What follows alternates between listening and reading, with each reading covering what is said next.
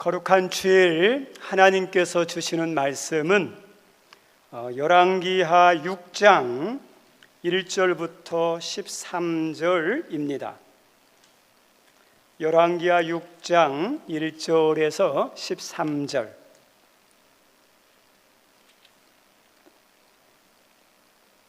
우리 한 절씩 교독합니다.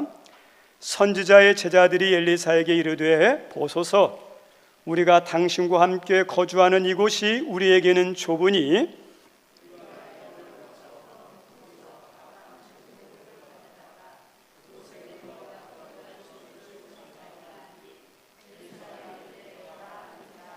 그 하나가 이르되 청하건대 당신도 종들과 함께 하소서 하니 엘리사가 이르되 내가 가리라 하고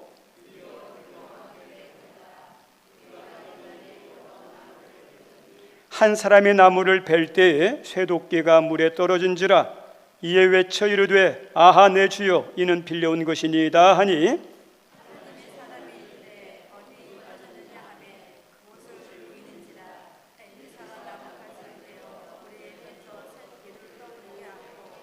이르되 너는 그것을 집으라 하니 그 사람이 손을 내밀어 그것을 집으니라.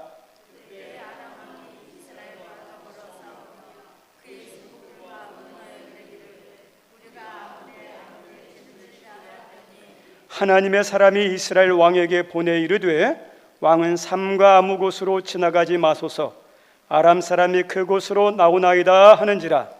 이스라엘 왕이 하나님의 사람이 자기에게 말하여 경계한 곳으로 사람을 보내 방비하니 번이 아닌지라. 이러므로 아람 왕의 마음이 불안하여 그 신복들을 불러 이르되 우리 중에 누가 이스라엘 왕과 내통하는 것을 내게 말하지 아니하느냐 하니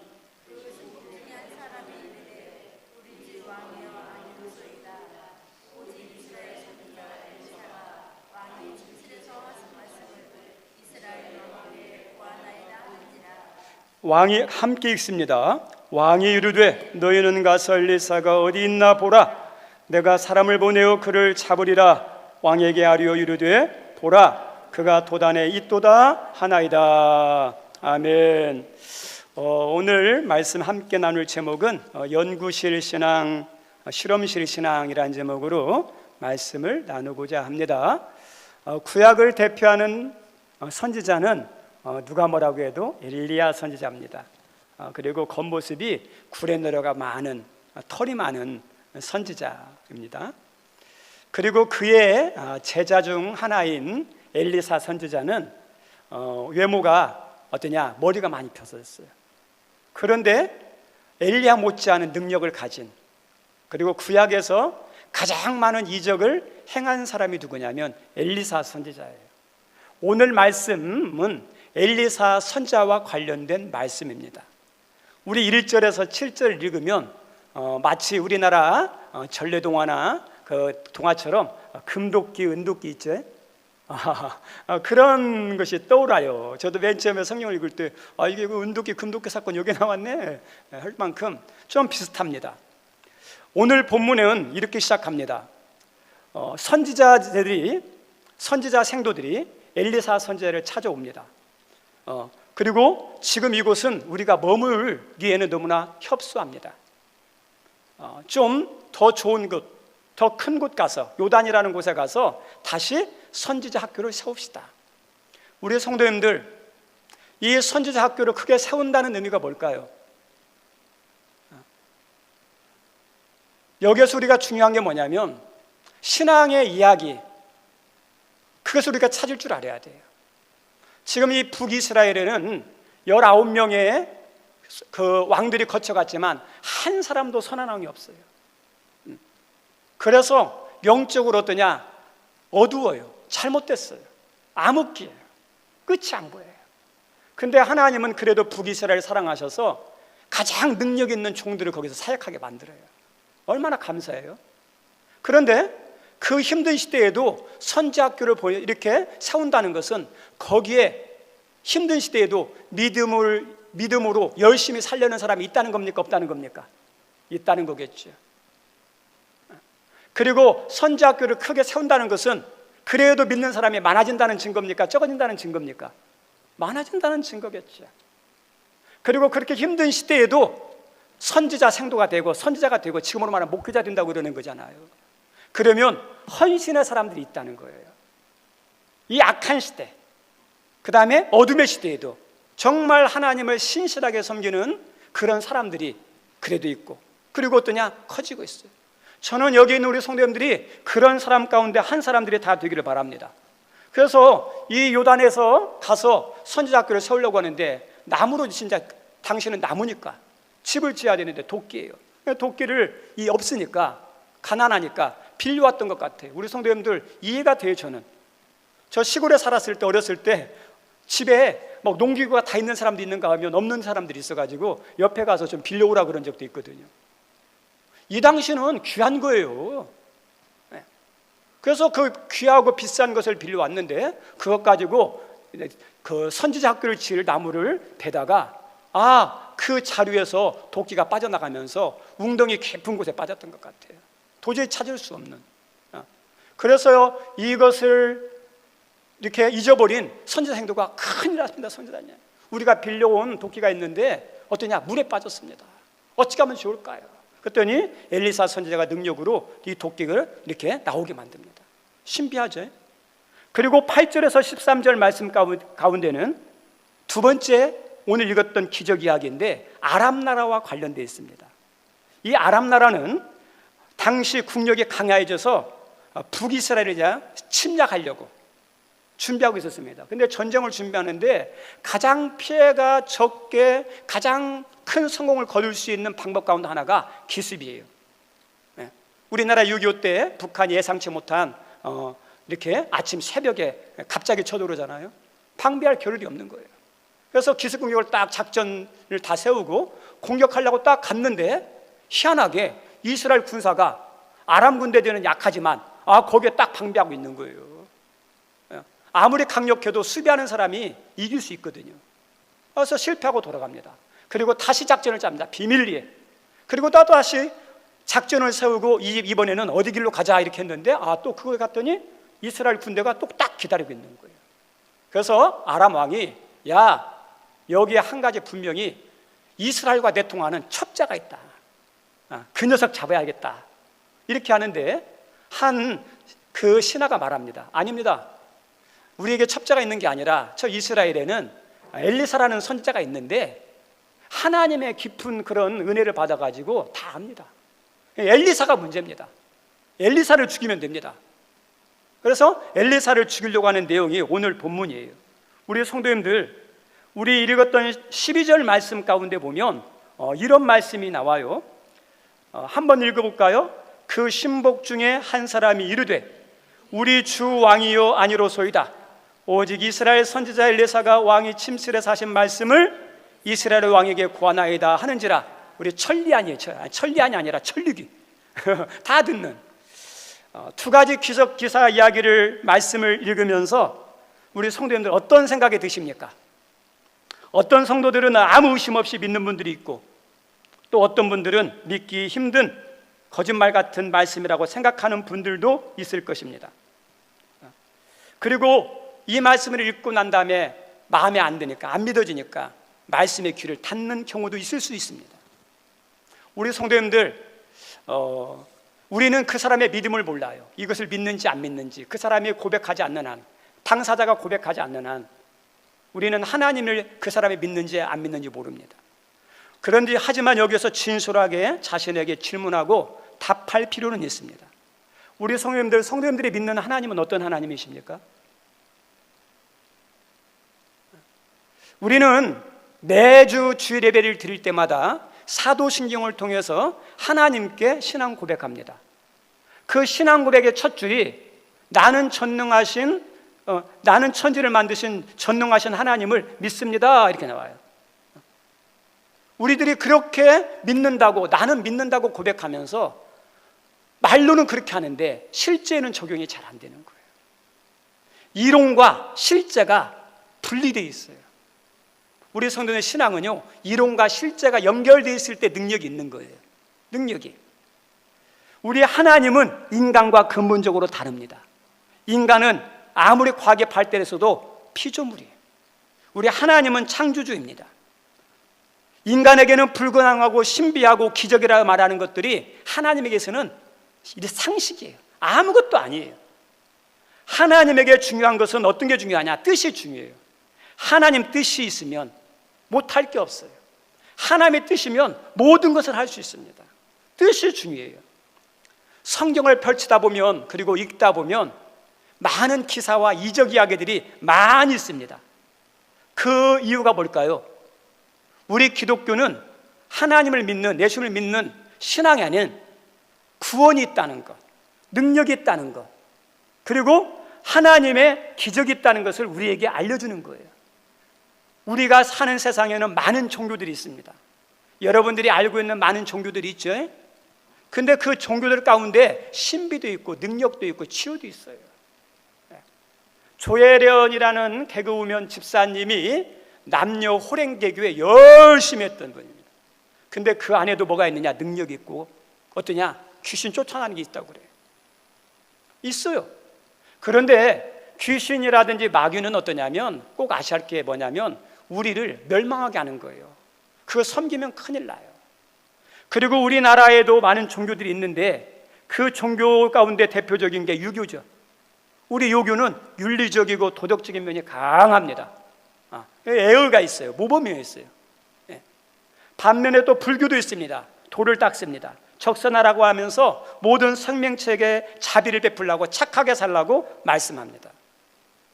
우리 인간과 세상과 국가에 유익한 종교들이에요. 솔직히 인간적으로는. 우리 유교가 나쁜 겁니까? 불교가 나쁜 겁니까? 아니요. 변질돼서 그렇지요. 원래 자체는 괜찮아요. 그리고 한 국가가 운영되기 위해서는 정권의 힘만 가지고 안 돼요. 법만 가지고 되는 게 아니에요. 사람들 마음 가운데 어떠냐면 착하게 살아라고 하는, 그리고 애절이 있는 그것을 불러일으키는 교육도 중요하지만 종교도 중요해요. 종교의 역할이 얼마나 큰지 모릅니다. 우리 기독교는 윤리적이고 그리고 도덕적입니다. 심리적인 유한과 평안도 있습니다. 그리고 예수님 안에는 기쁨도 즐거움도 행복이 있습니다. 여기 우리 성도 여러분 지금 마음 가운데 상황이 어떤지 모르지만 여러분 마음에 기쁨이 있습니까? 즐거움이 있습니까? 행복함이 있습니까? 우리 성도님들 그게 예수 잘 믿는 사람이에요. 하나님은 어떤 상황에서도 우리의 마음을 다스리십니다. 그리고 어떠냐? 불행하게 하는 게 아니라 행복하게 하시려고 그러는 거예요. 그래서 예수 믿는 사람은 어떠냐면 얼굴이 막 밝아요. 평안해요. 막 염려들이 있어도 어떠냐? 그래도 그 염려들에 대해서 막 기죽지 않아요. 그게 믿음의 사람들의 아름다운 특징입니다. 그리고 우리 성도님들 기독교 신앙이 만약에 이런 것에만 국한된다면 굳이 기독교를 믿을 필요는 없습니다. 왜냐하면 뭐 능력이 없는데 구원이 없는데 굳이 뭐 이렇게 기독교를 믿을 필요가 뭐 있어요? 하나님 믿을 필요가 뭐 있어요? 유교에도 착하게 살아라, 불교에도 착하게 살아라, 그게 있는데 뭐를 믿을 필요가 있습니까? 그런데 하나님 안에는 그거 없는 능력이 있고 생명이 있고 구원이 있습니다. 저와 여러분이 예수님을 믿으면서 예수 안 믿는 사람보다 어떠냐? 더 윤리적이고 더 도덕적이 합니다. 사람들에게 더 친절해야 하고 마음도 평안하고 기뻐야 합니다. 그러나 한 가지, 여러분과 가정과 가족들과 삶의 자리에서 하나님의 도움, 하나님의 구원, 하나님의 능력, 하나님의 보호하심, 하나님이 필요하면 치료하심, 하나님의 복주심도 또요 받아야 됩니다. 경험할 수 있어야 됩니다. 성도는 이것을 믿어야 되고 사모해야 됩니다. 여기 우리 성도님들에게 그런 경험하는 은혜가 있기를 축원합니다. 그래야죠. 우리 마귀는 영물이에요. 그 마귀의 가장 중요한 목적이 뭔지 아십니까? 교회를 무너뜨리고 성도들의 영혼을 지옥으로 끌고 가게 해요. 한마디로 말하면 마귀는 원래 지옥의 무저갱에서 살던 거기에 갇혔고 그게 운명이에요.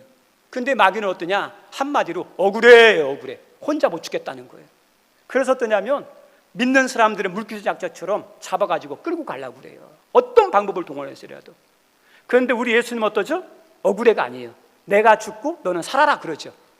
얼마나 좋아요, 우리 예수님이요. 자기의 모든 걸 내어주고 하나님의 은혜를 다 맛볼 수 있도록 구원의 문, 은혜의 문을 활짝 열어놓으신 그 하나님과 마귀가 비교가 안 되죠. 그래서 마귀의 속성을 가진 사람들은 어떠냐? 너 죽고 나 죽잖아. 이건 좋은 속성 아니에요. 예수 믿는 사람은 내가 힘들지만 너는 살아라. 나는 못해도 여러분 복 받으십시오. 그게 예수의 속성을 가진 믿음의 사람의 특징이에요. 우리 마귀가 사람들로 하여금 삼위 하나님을 믿지 못하게 만들고 지옥 가게 하는 가장 강력하고 중요한 것이 뭔지 아십니까? 저 따라서 합니다. 말씀이에요. 말씀. 하나님께서 우리들에게 이런 말씀을 줬습니다. 로마서 10장 17절 말씀에 하나님이 이렇게 말씀하십니다. 같이 한번 읽죠. 그러므로 믿음은 들음에서 나며 들음은 그리스도의 말씀으로 말미암았느니라. 우리 성도들, 믿음은 어디서 나요? 들음은 어떤 말씀이요? 하나님 말씀. 세상 말 많이 들어서, 과학 이야기 들어서 어떠냐? 믿음이 생기는 게 아니에요. 듣는데 뭘 듣느냐? 하나님 말씀을 읽고 들을 때, 그때 믿음이 생긴다는 거예요. 믿음은 어디에서 오느냐? 말씀에서 옵니다. 말씀이 없는 믿음은 믿음이 아니에요. 마귀는 아까 말했던 것처럼 영물이라 그랬죠. 그래서 말씀의 능력, 말씀의 신비, 말씀의 권세를 알아요. 우리 전략이라는, 전술이라는 단어가 있습니다. 전략은 장기적이고 광범위한 어떤 목표를 이루기 위한 그것을 전략이라고 합니다. 반면에 전술은 그 전략을 이루기 위해서 단기간에 여러 가지 방법들을 동원하는 겁니다. 우리는 지금 한반도 안에 이렇게 공산주의와 민주주의가 대치하고 있죠. 우리 성도들 통일을 위해서 기도하시기 바랍니다. 우리나라에게 필요한 게 통일이에요. 근데 어쨌든지 참 불행하게도 공산주의와 민주주의가 이렇게 대립하고 있는데, 공산주의에 우리 대한민국을 향한 마음은 어떠냐? 적화 통일이에요. 이게 전략이에요. 북한은 항상 어떠냐? 우리나라를 적화 통일하려고 그럽니다. 이게 전략이에요. 그리고 그것을 이루기 위한 전술로 어떠냐면 간첩도 보내기도 하고 테러라든지 혼란을 야기하는 것도 있을 수 있어요. 그런 방법이에요. 우리 성도님들, 마귀의 전략이 뭔지 아십니까? 마귀의 전략은 처음 창세기부터 주님이 재림하는 때까지 변함이 없습니다. 믿는 사람들을 지옥 가게 하는 거. 이게 최고의 목표예요. 장기적인 목표예요. 그리고 많은 지옥 가게 하는 방법 가운데 하나가 뭐냐? 많은 전술들이 있어요. 그 중에 하나가 말씀입니다. 말씀을 공격해서 어떠냐? 말씀을 통해서 믿음이 생기지 않도록. 우리 성도님들, 믿음이 어디서 생긴다고요? 말씀에서. 그래서 이걸 아는 거예요. 그래서 말씀을 얼마나 공격하는지 모릅니다. 우리 성도님들, 말씀이 없으면 믿음이 생기지 않습니다. 말씀을 먹지 않으면 믿음이 자라지 않습니다. 여러분, 믿음이 자라기를 원합니까? 어떠냐? 말씀에 물을 주셔야 돼요. 기도도 중요하지만 말씀도 중요합니다. 그리고 말씀이 없으면 올바르게 믿고 섬길 수 없어요. 왜요? 기준이 말씀이잖아요. 이 성경을 뭐라고 그러냐? 캐논이라고 그래요. 캐논. 기준이에요. 신앙과 모든 삶의 규범이 성경이에요. 그러니까 성경을 모르면 제멋대로 하기가 참 쉬워요. 그래서 제대로 믿고 섬기기 어렵습니다. 그리고 말씀이 없으면 믿음이 강하게 자랄까요? 안 자라요. 말씀이 그래서 중요하기 때문에 마귀는 이 말씀의 중요성, 효과적인 공격이 말씀에 있음을 깨닫고 말씀을 공격합니다. 우리 마귀의 공격 가운데 하나가 말씀이라고 그랬죠. 말씀을 듣지 못하게 하는 거예요. 말씀을 듣지 못하게, 들리지 않도록. 우리 예수님께서 그런 말씀하셨죠. 귀 있는 자는 어떠가? 들을지어다 그러죠. 귀가 왜 없습니까? 안 들어요. 귀가 닫혀 있는 거예요. 귀가 닫혀 있다는 것은 뭐가 닫혀 있다는 걸까요? 마음이 닫혀 있다는 거예요. 마음이 닫혀 있으니까 귀가 닫히고 하나님 말씀이 안 들려요. 마귀는 하나님 말씀을 가까이 못하도록 어떠냐? 방해해요. 가까이 하면 안 되니까. 그래서 분주하게 만든, 삶에 있어서 우선순위에 대해서 어떠냐? 말씀에 대해서는 멀리 하는 경우가 있어요. 우리 성도님 여러분 삶의 자리에 말씀이 우선순위가 어느 정도 되십니까? 그리고 더 나가서 마귀는 말씀을 의심하고 불신하게 합니다. 어떻게 이것이 가능해? 최첨단의 그런 문명, 과학 이런 시대에 이런 게 뭐가 가능해? 있을 수 없지. 거짓말이지. 못 믿게 만들고 의심하게 만들고 불신하게 만듭니다. 그리고 하나님 말씀을 변질시킵니다. 선악과를 먹으면 정령 죽으리라 했던 하나님 말씀을 변질시켜서 너 먹으면 눈이 밝아져서 어때요? 하나님처럼 될 거야. 그래서 너 말씀대로 하지 마. 너 편한 대로 해. 너 하고 싶은 대로 해. 우리 성도님들 이것이 뭔지 아십니까? 마귀가 하나님이 되려고 대적했다가 쫓겨났잖아요. 마귀하고 똑같은 속성이에요. 자기의 속성을 아담에게 알려주는 거예요. 하와에게 알려주는 거예요. 너 이거 먹으면 너 눈이 밝아져서 하나님처럼 될 거예요. 하나님이 무슨 말일까요? 자기가 주인이라는 거예요. 너 주인이야. 네 인생의 주인이 너니까 너 하고 싶은 대로 해. 네 생각대로 해. 이게 마귀의 장난이에요. 그래서 하나님 말씀대로가 아니라 자기 생각대로 하게 만드는. 그래서 하나님 말씀을 변질시켜요. 우리 사람들 첫 번째, 마귀는 어떻게 한다고요? 말씀을 듣지 못하고 가까이 하지 못하게 한다 했습니다. 두 번째는 어떻게 한다고요? 의심하고 불신하게 만든다 그랬습니다. 세 번째는 뭐예요? 하나님 말씀을 말씀대로 받아들이지 못하고 지금 상황이 어떤데, 문제가 어떤데, 어떻게 이 시대에 그런 말씀대로 살아? 하면서 변질시키는 것. 네 번째가 뭐냐? 저 따라 삽니다. 성경의 권위를 무너뜨린다. 성경의 권위를 무너뜨리는 거예요. 마귀는 예수님을 잘 알지만 믿을까요? 안 믿을까요? 안 믿어요.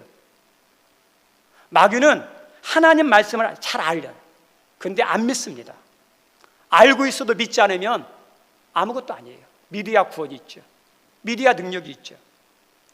신학교에 가는 신학생들은 하나님의 부르심을 받고 자기 인생의 남은 생애를 주님을 위해서 헌신하려고 가는, 그래도 믿음이 있는, 믿음으로 살려고 하는, 헌신하며 살려고 하는 사람들이 신학생들이에요. 신학생들을 무시하면 안 돼요. 근데 신학생이 신학교에 갔다가 믿음이 막 이렇게 흔들리고 약해진다는 이야기를 들을 때가 있어요.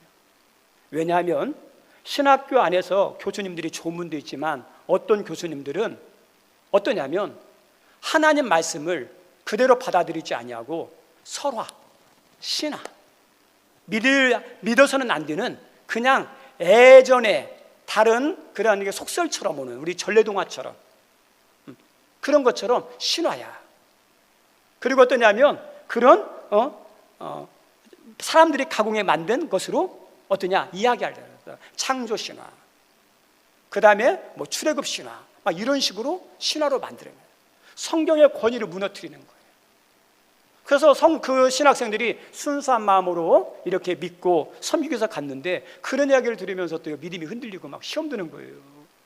우리 성도님들, 우리는 예수 믿는 사람이기 때문에 성경의 권위를 인정하지 않고 약화시키면 안 돼요. 성경의 권위를 인정해야 됩니다. 그리고 성경의 진실성도 우리가 믿어야 돼요. 네. 예전에 교회에서 문제가 발생하면 어떠냐, 하나님이 이렇게 말씀했으니까 하지 맙시다 하면 딱 멈췄어요. 그런데 지금은 하나님의 말씀이 이렇게 했습니다 해도 어떠냐, 안 들어요. 노예도 마찬가지일 때가 많아요. 네. 우리 유교보다 못한 게 많습니다. 유교는요, 공자 가라사대 하면 조용합니다. 오늘날 신학교만 아니라 교회 안에서도, 성도들 가운데서도 성경의 권위가 무너지고 그 다음에 땅에 떨어지는 경우가 있어요. 예. 어떻게 보면 내가 하는 것도 있지만 마귀가 주는 작전 가운데 하나예요. 말씀의 권위를 끊어뜨리는. 우리 성도님들, 오늘 말씀에 나오는 것처럼 우리가 믿는 하나님은 어떤 분이에요? 전능하신 분이에요. 그리고 이런 하나님을 믿는다면 어떻게 하죠? 기도해야 됩니다. 그리고 모든 삶의 여기에서도 얼마든지 도와주시는 분임을 우리가 알아야 됩니다. 우리 주기도문 가운데 그런 말씀이 있죠. 일용할 양식을 주옵시고, 일용할 양식을 달라고. 우리가 하루하루 모든 필요한 것도 어때요? 당연히 얻고 누리는 것이 아니에요. 우리가 하루하루 살아가는 것도 당연한 생명의 권리가 아니에요. 하나님이 하루에 생명의 은혜를 주셔서 하루를 시작한다고 믿는 게 믿음의 사람이에요.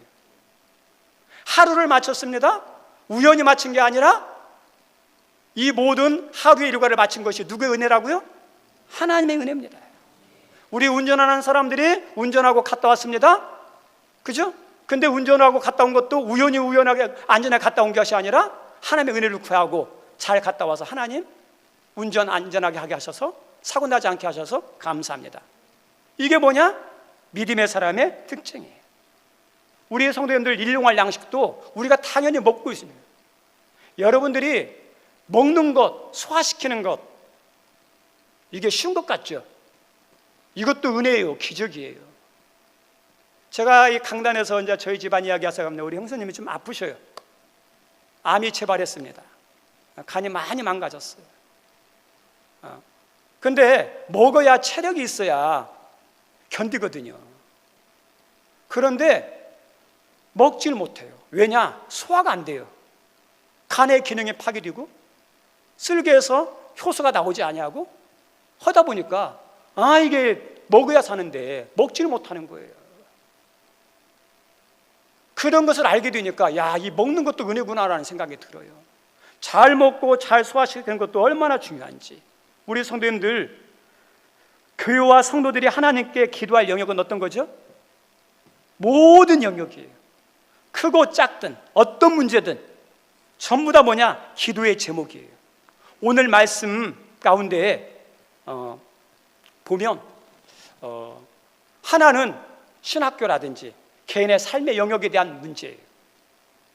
그리고 8절 이하에 보면 어떤 것과 관련된 말씀이냐? 국가의 존망과 관련된 문제예요. 전부 다 어때요? 작은 문제든 큰 문제든 기도한다는 겁니다. 우리 성도님들, 여기 있는 우리 성도님들이 우리 기도하고 계십니까? 한번 정직하게 우리 성찰했으면 좋겠습니다. 하루에 몇 분 정도 기도하시죠? 일주일에 몇 분 정도 기도하시죠? 모든 것이 기도의 제목이고 크든 작든 기도 제목이고 거기에 하나님의 보호하심이 있고 하나님의 은혜가 있어야 함을 믿는다면, 여러분이 그렇게 고백한다면 하나님께서 그런 은혜를 주시도록 뭐 해야 된다는 거예요? 기도해야죠. 여러분의 분주한 일상 가운데 10분의 1이라도 띄워놓든지 몇 분이라도 띄워놓고 이 시간은 어떠냐? 하나님께 기도하는 시간, 이거예요. 우리 손들 여러분의 가정, 개인, 직장, 사업장, 결혼, 그 다음에 질병, 어떤 문제라도 마찬가지예요. 다 어떠냐? 오늘 말씀 가운데 보면 너희들 이거 능력 아는 게 중요한 게 아니야. 믿음으로 기도해, 그 말이에요. 저 따라서 합니다. 믿음으로 기도합시다. 우리 설교 제목이 연구실 신앙, 실험실 신앙이에요. 연구실은 이론적으로 공부하고 적용하는 겁니다. 실험실은 연구한 자료와 이론을 가지고 적용해서 우리의 삶에 유익한 것들을 실제적으로 만들어내는 거예요. 연구만 하고 실험하지 않으면 책이나 논문이나 이론으로만 끝납니다. 실생활에 도움이 전혀 안 돼요. 실생활에 도움이 되기 위해서는 실험하고 확인하고 이용하는 것들로 실험하면서 만들어가는 거예요. 우리 에디슨이라는 분이 실험을 통해 가지고 우리의 유익한 정부라든지 그런 거 만들지 않았습니까? 뭐요? 연구도 하지만 실험했으니까 만들어내는 거예요. 우리 신앙도 마찬가지입니다. 연구실 신앙은 성경을 읽고 성경 공부하고 또 설교도 듣고 또 세미나도 참석하고 열심히 있는 평신도들 가운데는 어떤 성도도 있냐면 목회하기 위해서 신학교 가는 게 아니라 좀 더 알고 좀 더 잘 섬기기 위해서 어떠냐면 신학교 가는 사람이 있어요. 그래서 신학교에서도 일주일에 한 번, 하루, 평신도 신학대학이 있어요. 연구하는 거, 그런 것도 다 연구하는 거예요. 우리 성도님들, 우리가 연구하는 것이 이게 나쁜 게 아니에요. 기초과학, 이론과학이 없으면 실용과학은 쓸모없어요. 우리나라는 기초과학이 좀 약해요. 미국 같은 선진국이 왜 강대국인지 아십니까? 기초과학이 강해요. 네. 기초과학이 있어야 실용과학이 있거든요. 우리 성도님들도 베레아 성도처럼 하나님 말씀에 대해서 어때요? 더 알고 싶고 깨닫고 싶고 더 연구하고 싶은 그런 마음이 있어야 돼요. 여러분에게 말씀에 대한 그런 갈급함이 있기를 바랍니다. 우리가 영상에도 예전에 봤었죠. 우리 초기 기독교 성도들 이렇게 초등학교도 제대로 못 나오신 분들이 성경을 읽기도 힘들어요. 그리고 성경을 읽어도 성경의 내용을 깨닫지 못하니까 부흥이가 지금은 부흥이지만 예전에는 사경이에요. 성경 가지고 공부하는 거예요. 그 사경위에 목포에서 평양까지 간다니까요. 그 당시에 밥이 어디 있습니까? 자기가 먹을 것 싸가지고 거기까지 가는 거예요. 어떤 사람은 아기까지 들치 없고. 왜요? 말씀에 대한 그런 갈급함이 있었어요. 우리 성도님들 하나님께서 말세의 특징 가운데 하나를 이렇게 말씀했습니다. 내가 말세의 기근을 보내리니 양식이 없어 주림이 아니고 물이 없어 가람이 아니라 하나님의 말씀을 듣지 못한다고. 말씀의 기갈이에요. 근데 우리는 세상이 풍족하다 보니까 말씀이 안 들려도 살아가는 데 지장 없어요. 말씀을 가까이 안 해도 문제가 없는 거예요. 우리 성도님들 하나님의 경고예요. 진짜 중요한 기갈이 뭐예요? 우리가 물이 없으면 막 죽을 지경이죠. 양식이 없으면 어때요? 죽을 지경이죠. 말씀은요. 하나님의 말씀도 얼마나 중요하다고 생각하는지 모릅니다. 그래서 우리 이론이 참 중요해요. 그리고 이론만 있으면 안 되고 어떠냐? 연구실만 있으면 안 되고 실험하는 거예요. 신앙은 내가 읽고 듣고 깨닫고 믿는 그 말씀을 내 삶에 적용하는 거예요. 우리 성도님들 하나님의 은혜와 역사와 능력과 치유는 언제 나타나냐? 그 깨달은 말씀, 내가 믿는 말씀을 적용할 때 그때 나타나요. 머리에 가지고는요 능력이 안 나타나요. 능력이. 우리 연세 드시면 뭐가 중요하다고 그러죠? 근육. 과학적으로 발견되기 전에는 근육이 그렇게 중요한지 몰랐어요. 그런데 요즘에는요 근육이 중요하대요. 우리 선생님 신학도 어떠냐? 신앙도 근육이 있어야 돼요. 근육은 어디서 신앙의 근육은 어디서 생기느냐? 듣고 보고 배우고 공부하고 연구하는 거 이게 중요하지만 여기에서 근육이 생기는 게 아니에요. 그 말씀을 내가 깨달은 말씀, 은혜 받은 말씀, 내가 믿는 말씀을 하나라도 순종할 때 그 순종할 때 그것도 믿음이요 근육이 생기는 거예요. 근육이. 그래서 어떠냐? 어려움을 이겨내는 거예요. 시험을 이겨내는 거예요. 오늘 말씀 큰 문제든 작은 문제든 하나님께 믿고 기도하라는 거예요. 신학교 문제든 일상의 도끼가 잃어버려가지고 삶의 문제든 국가 문제든 우리 삶에 여러분의 문제가 뭐가 있습니까? 오늘 말씀처럼 다 기도하길 바랍니다. 그죠? 기도해야 한다는 거 아는 것이 중요한 게 아니라 1분이라도 기도할 때 그 기도 가운데 그 말씀을 실천할 때 내 신앙이 되고 신앙의 근육이 되고 그 하나라도 실천하고 기도할 때 하나님이 그 기도 가운데 은혜를 주셔도 은혜를 주시고 응답을 주셔도 응답을 주시는 거예요. 여기 있는 분들에게 그런 믿음이 있기를 주님 이름으로 축원드립니다. 우리 시간